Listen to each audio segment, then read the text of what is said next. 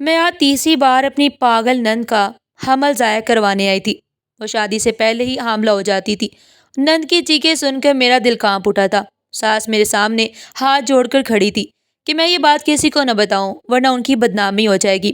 میں حیران تھی، میری نند تو گھر سے باہر بھی نہیں جاتی، پھر یہ سب کیسے ہو جاتا؟ ایک دن میں کمرہ صاف کرنے گئی تو نند سو رہی تھی۔ میں نے اپنے موبائل کا کیمرہ وہیں رکھ دیا۔ اگلے روز جب موبائل دیکھا تو میری تو جان ہی نکل گئی۔ میرا جسم لرزنے لگا کیونکہ نند کے بارے میں جو حقیقت سامنے آئی اس نے میری دنیا ہی ہلا دی۔ میں ہمیشہ سوچتی تھی کہ آخر وہ 2 مہینے بعد حاملہ کیسے ہو جاتی ہے؟ یہ کوئی عام بات تو نہیں تھی، لیکن جب بھی میں اس معاملے پر بات کرتی شوہر سخت ناراض ہو جاتا۔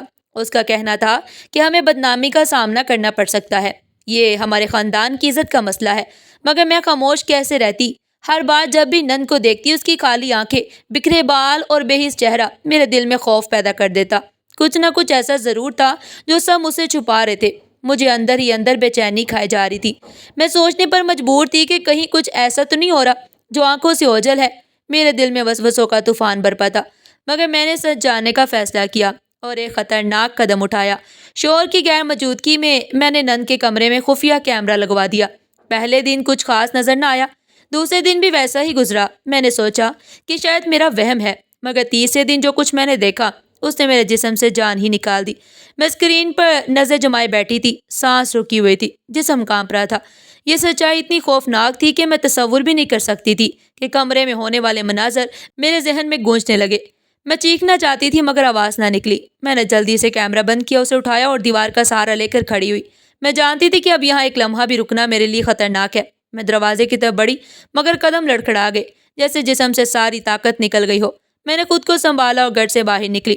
میرا نام سعدیہ ہے، میری عمر 22 سال ہے اور میں اپنے والدین کے ساتھ ایک عام سی زندگی گزار رہی تھی۔ میری زندگی ہمیشہ سے ہی سادہ رہی، چھوٹا سا گھر، چند خواب اور بابا کی بے پناہ محبت، ماں کی موجودگی میں سب ٹھیک تھا۔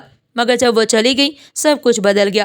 ماں کے بنا گھر کی دیواریں سنسان لگتی تھی، ہر چیز ویران سی محسوس ہوتی۔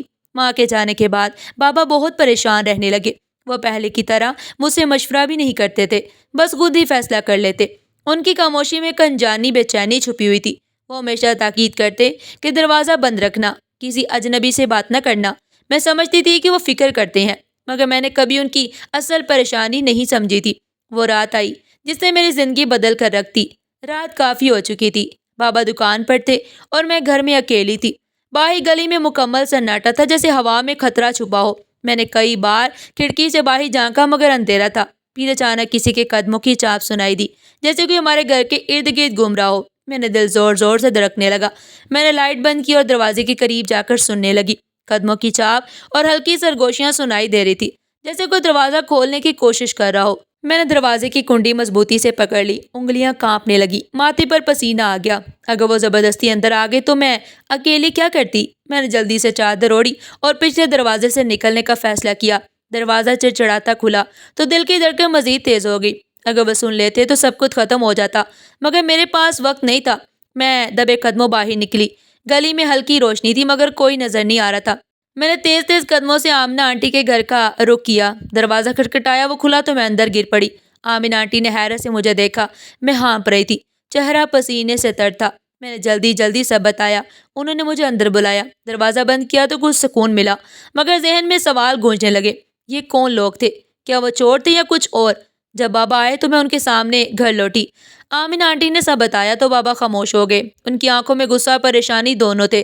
اگلی صبح بابا نے فیصلہ سنایا۔ بیٹا، میں نے تمہارے لیے رشتہ دیکھا ہے، لڑکا بہت سمجھدار ہے، بینک میں نوکری کرتا ہے، مجھے لگتا ہے یہ تمہارے لیے بہترین ہے۔ میرا دل دک سا رہ گیا۔ یہ سب اتنی جلدی کیوں بابا؟ شاید یہ سمجھ رہے تھے کہ میں اس گھر میں محفوظ نہیں رہی۔ وہ میری حفاظت کے لیے جلدی فیصلہ کر رہے تھے۔ بابا کی سانس پا رہی تھی جیسے کوئی بوجھ اٹھا رہے ہوں۔ انہوں نے کہا، بیٹا میں تمہیں بے سہارا نہیں دیکھ سکتا۔ میں نہیں چاہتا کہ میرے بعد تمہیں کوئی سہارا نہ ملے۔ میں بس یہ چاہتا ہوں کہ تم ایک اچھے گھر میں چلی جاؤ، تمہاری حفاظت ہو سکے۔ میں نے بابا کی آنکھوں میں وہی خوف دیکھا جو میں نے ماں کے آخری دنوں میں ان کی آنکھوں میں دیکھا تھا۔ وہ اکیلے رہ جانے سے ڈرتے تھے، وہ مجھے غیر محفوظ نہیں دیکھنا چاہتے تھے۔ میں خاموش رہی۔ میں جانتی تھی کہ جو رات میں نے گزاری وہ میرے لیے ایک وارننگ تھی، مگر کیا شادی اس مسئلے کا حل تھا؟ یہ میں بابا کے خوف کی وجہ سے اپنی زندگی کا ایک اہم فیصلہ کرنے جا رہی تھی۔ چند دن بعد خرم اور اس کے والد ہمیں دیکھنے کے لیے آئے۔ وہ دن میرے لیے کسی عجیب خواب کی طرح تھا۔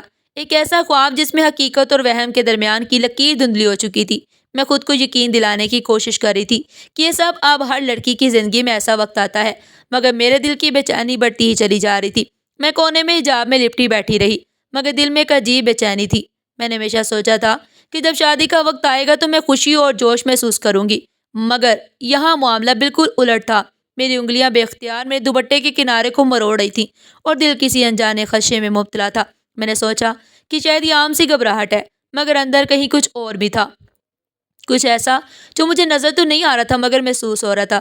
جب میں نے نظر اٹھا کر خرم کو دیکھا تو واقعی ایک سلجھا ہوا لڑکا لگا، قد لمبا، چہرے پر ہلکی سی داڑھی، آنکھوں میں سنجیدگی تھی۔ وہ ایک مہذب اور پر اعتماد شخص لگ رہا تھا، ویسا ہی جیسا بابا چاہتے تھے۔ اس کی گفتگو میں ٹھہراؤ تھا اور انداز سے واضح ہو رہا تھا کہ وہ ایک سمجھدار انسان ہے۔ وہ زیادہ نہیں بولا، بس ضروری باتیں کی۔ میں نے کئی بار سنا تھا کہ زیادہ بولنے والے اکثر بناوٹی ہوتے ہیں، تو شاید یہ اچھا ہی تھا کہ وہ زیادہ بات نہیں کر رہا تھا، مگر پھر بھی میرے دل میں خلش باقی تھی۔ شاید اس کی وجہ کچھ اور تھی۔ بابا تو پہلی نظر میں اسے پسند کر چکے تھے، مگر ایک بات مجھے کھٹک رہی تھی۔ شاید میرا دل بلا وجہ وہم پال رہا تھا، مگر جب میں نے دیکھا کہ ان کے ساتھ ان کی چھوٹی بہن نہیں آئی تو مجھے عجیب لگا۔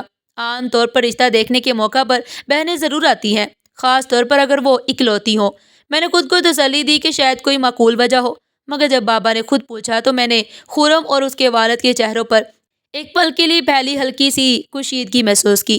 جب بابا نے اس کے بارے میں پوچھا تو خرم کے والد نے وضاحت دی، وہ ذرا بیمار ہے، اس کی طبیعت ذرا اچانک خراب ہو گئی، اس لیے نہیں آ سکی۔ مجھے سن کر بڑا عجیب لگا، شاید واقعی ایسا ہی ہو، مگر میرے دل نے یہ بات قبول نہیں کی۔ کچھ تھا جو مجھے کھا رہا تھا، مگر میں نے اس سے زیادہ سوچنا مناسب نہیں سمجھا۔ آخر بابا مطمئن تھے اور یہ سب ان کی خوشی کے لیے ہی ہو رہا تھا۔ خرم کے والد نے کہا کہ وہ بالکل سادگی سے شادی کرنا چاہتے ہیں، انہیں کسی قسم کا جہیز یا دکھاوا نہیں چاہیے۔ یہ سن کر بابا کو حیرت ہوئی۔ وہ ہمیشہ چاہتے تھے کہ میری شادی دھوم دھام سے ہو، مگر قاسم انکل نے انہیں قائل کر لیا کہ سادگی میں ہی برکت ہے۔ بابا آخر مان گئے، مگر ان کی آنکھوں میں خواب ٹوٹنے کی جھلک صاف دکھائی دے رہی تھی۔ میں نے سوچا کہ شاید یہی بہتر تھا۔ سادگی زیادہ برکت والی ہوتی ہے اور اصل خوشی رشتے کے استحکام میں ہوتی ہے، نہ کہ بڑی تقریبات میں۔ چند ہفتوں میں شادی کی تیاریاں مکمل ہوئی۔ سب کچھ بہت جلدی ہو رہا تھا، جیسے وقت کو پڑ لگ گئے ہوں۔ کپڑوں کی خریداری، مہندی کی تیاریاں، چھوٹے موٹے انتظامات، یہ سب کچھ اتنی تیزی سے ہوا کہ مجھے محسوس ہی نہیں ہوا کہ میں اپنی زندگی کے ایک نئے موڑ پر آ چکی ہوں۔ میرے دل میں عجیب سی کیفیت تھی، کبھی خوشی، کبھی بے یقینی، کبھی ہلکی سی اداسی۔ میں جب اپنے کمرے میں بیٹھی تو دل عجیب سی گھبراہٹ میں مبتلا تھا کہ کیا واقعی میں شادی کے لیے تیار تھی؟ یہ ایک ایسا سوال تھا جس کا جواب میرے پاس نہیں تھا۔ سب کچھ اتنی جلدی ہو رہا تھا کہ مجھے سوچنے کا وقت ہی نہیں مل رہا تھا۔ بابا میرے پاس آئے، ان کی آنکھوں میں نمی تھی۔ یہ پہلا موقع نہیں تھا جب میں نے بابا کو جذباتی دیکھا، مگر آج ان کی آنکھوں میں کچھ اور تھا، ایک باپ کی بے بسی، ایک بیٹی کی جدائی کا خوف اور شاید ماں کے نہ ہونے کی کمی۔ بیٹا، ماں ہوتی تو یہ دن اور بھی خاص ہوتا، مگر تم فکر نہ کرنا، میں ہمیشہ تمہارے ساتھ ہوں۔ یہ سنتے میری آنکھوں میں آنسو آ گئے۔ میں بابا کے گلے لگ گئی اور بے اختیار ہو پڑی۔ میں جانتی تھی کہ بابا مجھ سے بہت محبت کرتے ہیں اور یہ فیصلہ بھی میری بہتری کے لیے کیا تھا، مگر اس وقت مجھے ماں کی کمی شدت سے محسوس ہو رہی تھی۔ اس رات میں اپنے بستر پر لیٹی تو نیند آنکھوں سے کوسوں دور تھی۔ میرے ذہن میں وہ رات گونج رہی تھی جب میں خوف زدہ ہو کر آمینہ آنٹی کے گھر بھاگی تھی اور بابا نے اگلے ہی دن میرے لیے رشتہ تلاش کرنے کا فیصلہ کر لیا تھا۔ کیا واقعی میری بھلائی کے لیے تھا یا محض جلد بازی کر رہے تھے؟ رخصتی کے بعد جب میں خرم کے فلیٹ پر پہنچی تو مجھے حیرت ہوئی۔ میں نے ہمیشہ سوچا تھا کہ شادی کے بعد جب لڑکی اپنے نئے گھر جاتی ہے تو سب کچھ اجنبی لگتا ہوگا، ایک نیا ماحول، نئے لوگ اور نئے تعلقات، مگر یہاں معاملہ مختلف تھا۔ یہ گھر جو میرا نیا گھر تھا بے حد صاف ستھرا اور خوبصورت تھا، جیسے کسی نے خاص طور پر میرے استقبال کے لیے سجایا ہو۔ ہر چیز سلیقے سے رکھی گئی اور ماحول میں ایک عجیب سی اپنائیت محسوس ہو رہی تھی۔ میرا کمرہ خاص طور پر دلہن کے کمرے کی طرح سجا تھا۔ گلاب کی پتیاں، ہلکی روشنی اور سفید اور سرخ رنگ کے پردے، سب کچھ کسی خواب کی طرح لگ رہا تھا۔ میں نے ایک ہلکی سانس لی اور اپنے اندر کی بے چینی کو کم کرنے کی کوشش کی۔ سب کچھ معمول کے مطابق تھا، پھر بھی میرے دل میں کہیں نہ کہیں ایک عجیب سا احساس موجود تھا، جیسے کوئی اندھیرے کے سائے میں مجھے دیکھ رہے ہوں۔ خرم بھی بہت نرم مزاج لگ رہا تھا، وہ نرمی اور محبت سے بات کر رہا تھا اور اس کے لہجے میں خلوص تھا۔ وہ ایک سوچا سمجھا انسان لگ رہا تھا، جیسا کہ بابا نے کہا تھا۔ مجھے لگا کہ شاید میں بلا وجہ گھبرا رہی تھی، شاید بابا نے واقعی میری لیے اچھا انتخاب کیا تھا، مگر پھر اگلی ہی صبح کچھ ایسا ہوا جس نے میری روح تک ہلا کر رکھ دیا۔ رات میں نیند گہری نہیں آئی تھی۔ نیا گھر، نیا ماحول اور عجیب سی بے چینی۔ میں بار بار کروٹیں بدلتی رہی، نہ جانے کب آنکھ لگ گئی۔ صبح سویرے اچانک ایک خوفناک آواز نے مجھے بیدار کیا۔ یہ آواز ایسی تھی جو کسی عام خوف یا درد کی نہیں تھی، بلکہ اس میں ایک وحشت اور بے بسی تھی۔ ایسا لگا جیسے کوئی بہت زیادہ تکلیف میں ہو، جیسے کسی کے ساتھ کچھ بہت برا ہو رہا ہو۔ میں جھٹکے سے بستر سے اٹھی، میرے ہاتھ پسینے سے بھیگ رہے تھے۔ میں نے تیزی سے دروازے کی جانب لپکی۔ میرا دل دھڑک رہا تھا، سانس بے ترتیب ہو گئی تھی۔ میں نے نظر گھمائی تو خرم بھی جاگ چکا تھا اور وہ مجھ سے پہلے ہی دروازے کی طرف بڑھ چکا تھا۔ اس کے چہرے پر پریشانی کی جھلک واضح تھی۔ یہ آواز کیسی ہے؟ میں نے گھبرا کر پوچھا۔ میرے الفاظ لرز رہے تھے، جیسے میرے دل میں کوئی انجانا خوف سرایت کر چکا ہو۔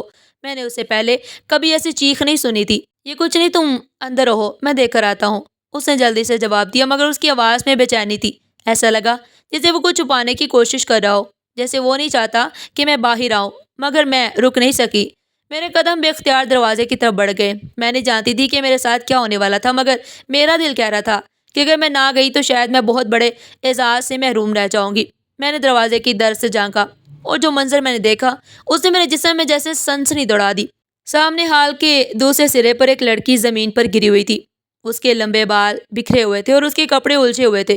اس کے چہرے پر ایک وحشت بری خوفناک کیفیت تھی، جیسے وہ کچھ کہنے کی کوشش کر رہی ہو، مگر الفاظ اس کا ساتھ نہیں دے رہے تھے۔ یہ کون تھی؟ میری نظر گھمائی تو دیکھا کہ خرم کے والد پاس کھڑے تھے، مگر ان کے چہرے پر کوئی حیرانی یا پریشانی نہیں تھی، جیسے یہ ان کے لیے معمولی کی بات ہے۔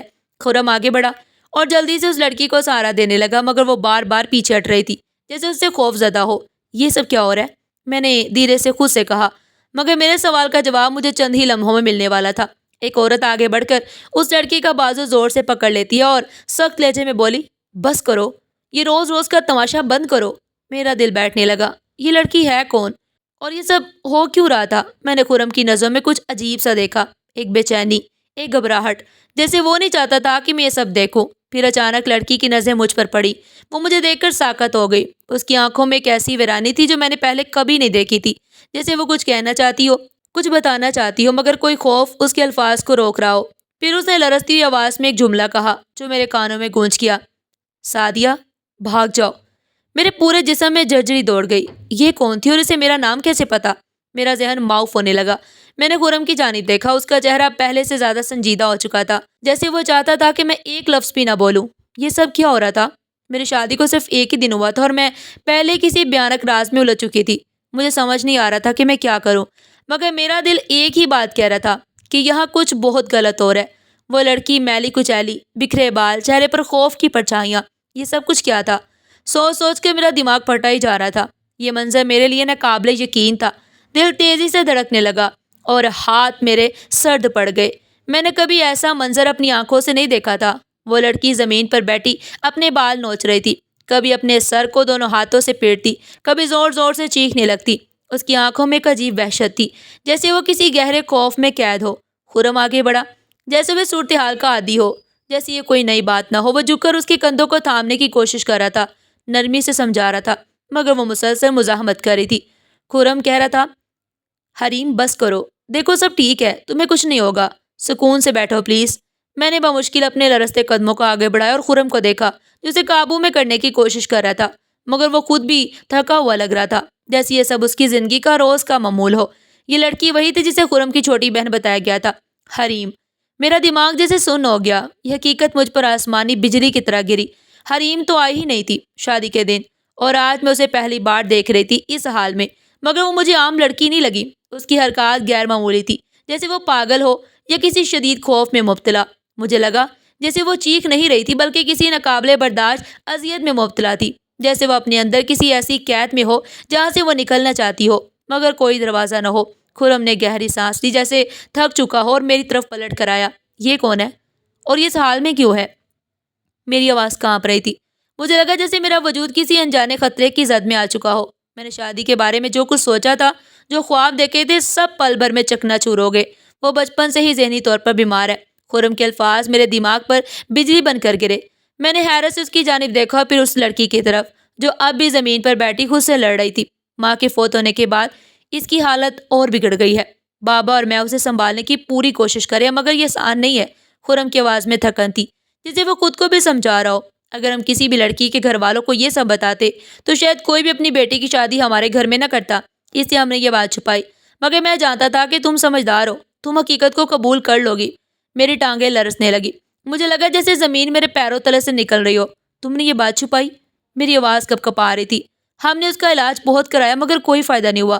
خرم نے کندھے جھٹکے۔ میری نظر حریم پر جم گئی جو اب اپنی جگہ پر ساکت بیٹھی تھی مگر اس کی سانسیں بے ترتیب تھی۔ اس کی آنکھوں میں ایک ایسا خالی پن تھا جسے دیکھ کر میری ریڑھ کی ہڈی میں سنسنی دوڑ گئی۔ کیا تمہیں مجھے یہ سب کچھ پہلے نہیں بتانا چاہیے تھا؟ میں نے خرم کی طرف دیکھا۔ میں جانتا تھا اگر بتاتا تو تم یا تمہارے بابا یہ رشتہ قبول نہ کرتے۔ خرم نے صاف کوئی سے کہا۔ تو تم نے دھوکہ دیا۔ خرم خاموش ہو گیا۔ اس کے چہرے پر کوئی پچھتاوا نہیں تھا، بس ایک بے بسی تھی جیسے وہ اپنی وضاحت دے چکا ہو اور اب مزید کچھ کہنے کی ضرورت نہیں سمجھتا۔ میں نے دروازے کی طرف دیکھا۔ مجھے سانس لینے میں دشواری ہو رہی تھی۔ یہ سب میری توقعات کے برعکس تھا۔ میں نے کبھی نہیں سوچا تھا کہ شادی کے دوسرے دن ہی مجھے ایسے حالات کا سامنا کرنا پڑے گا۔ مجھے سمجھ نہیں آ رہا تھا کہ میں کیا کروں۔ یہاں سے چلی جاؤں مگر کہاں جاؤں؟ کیا بابا کو بتاؤں؟ مگر وہ کیا کریں گے؟ میں خاموش ہو گئی مگر میرے دل میں عجیب سا خدشہ تھا۔ خرم نے جو وضاحت دی وہ بظاہر نارمل لگ رہی تھی مگر میرے دل نے اسے قبول نہیں کیا۔ اگر حریم واقعی ذہنی طور پر بیمار تھی تو اسے دیکھ کر میرے اندر یہ خوف کیوں جاگ رہا تھا کہ اس کی نظریں کچھ کہنا چاہتی ہیں مگر الفاظ اس کا ساتھ نہیں دے رہے۔ میں نے اس دن سے حریم پر گہری نظر رکھنا شروع کر دی۔ میں جاننا چاہتی تھی کہ کیا واقعی وہ بیمار ہے یا کوئی اور راز ہے جو خرم اور اس کے والد مجھ سے چھپا رہے ہیں۔ اگلے چند دنوں میں نے محسوس کیا کہ حریم کی حرکات بہت عجیب تھی۔ وہ اکثر میرے قریب آتی، مجھے دیکھتی جیسے کچھ کہنا چاہتی ہو مگر پھر اچانک وہیں رک جاتی۔ اس کی آنکھوں میں انوکھی ہی ویرانی تھی جیسے وہ کسی گہرے خوف میں مبتلا ہو۔ پھر ایک دن جب میں اپنے کمرے میں بیٹھی تھی وہ آہستہ آہستہ میرے پاس آئی۔ میرے اندر ایک انجانا خوف جاگا مگر میں نے خود کو پرسکون رکھنے کی کوشش کی۔ میں نے اسے غور سے دیکھا۔ اس کے کپڑے میلے تھے، بال بکھرے ہوئے اور چہرے پر عجیب وحشت۔ اس نے آہستہ سے میرا ہاتھ پکڑا اور میرے قریب آئی۔ میرا دل زور سے دھڑکا اور میں نے نرمی سے پوچھا، حریم کیا بات ہے؟ وہ بولی نہیں، بس میری آنکھوں میں دیکھتی رہی۔ پھر اس کی آنکھوں میں آنسو بھر آئے۔ میں حیرانی سے اسے دیکھ رہی تھی۔ وہ کچھ اشارے کرنے لگی جیسے کچھ سمجھانے کی کوشش کر رہی ہو مگر اس کی حرکات مجھے سمجھ نہیں آ رہی تھی۔ پھر اچانک دروازے پر کسی کے قدموں کی آواز آئی اور وہ ایک دم پیچھے ہٹی اور کانپنے لگی۔ میں نے دیکھا کہ خرم دروازے پر کھڑا تھا۔ اس کا چہرہ سخت تھا۔ تم یہاں کیا کر رہی ہو؟ خرم کی آواز سخت اور رعبدار تھی۔ حریم نے خوفزدہ ہو کر میری جانب دیکھا جیسے وہ مجھ سے مدد مانگ رہی ہو۔ پھر وہ دیوار کے ساتھ جا کر دبک گئی جیسے کوئی بچہ ڈانٹ کے خوف سے چھپنے کی کوشش کر رہا ہو۔ خرم نے سخت نظروں سے میری طرف دیکھا پھر حریم کو بازو سے پکڑ کر کھینچتے ہوئے باہر لے گیا۔ میرا دل دھک دھک کرنے لگا۔ خرم کا یہ رویہ اتنا سخت کیوں تھا؟ کیا وہ واقعی اپنی بہن کے بارے میں فکر مند تھا یا اس کی سختی کے پیچھے کوئی اور راز چھپا تھا؟ اگلی رات جب سب سو چکے تھے مجھے پیاس محسوس ہوئی۔ میں پانی لینے کے لیے کچن کی طرف جا رہی تھی کہ میری نظر حریم کے کمرے پر پڑی۔ دروازہ تھوڑا سا کھلا ہوا تھا اور اندر مدھم سی روشنی تھی۔ میرے قدم خود بخود اس طرف بڑھ گئے۔ میرے اندر ایک انجانا سا احساس پیدا ہوا جیسے کچھ مجھے اندر دیکھنے پر مجبور کر رہا ہو۔ میں نے آہستہ سے اندر جھانکا اور جو منظر میرے سامنے آیا اس نے میرے پیروں تلوں سے زمین کھینچ لی۔ حریم فرش پر پڑی کانپ رہی تھی۔ اس کا چہرہ سرخ ہو رہا تھا اور سانسیں بے ترتیب تھی۔ وہ بار بار اپنے بازوں کو زور سے جکڑ رہی تھی جیسے خود کو قابو میں رکھنے کی کوشش کر رہی ہو۔ حریم تم ٹھیک ہو؟ میں نے جلدی سے اندر جا کر اسے سہارا دیا۔ وہ مجھ سے نظریں ملانے سے کترا رہی تھی جیسے اسے کسی بات کا خوف ہو۔ اس کی آنکھوں میں شدید تکلیف تھی جیسے وہ کچھ کہنا چاہتی ہو مگر کہہ نہ سکتی ہو۔ پھر وہ آہستہ سے میرے کان کے قریب آئی اور مدھم سی آواز میں بولی، مجھے بچا لو۔ میرا دل جیسے سینے میں دھڑکنا بھول گیا۔ کیا مطلب؟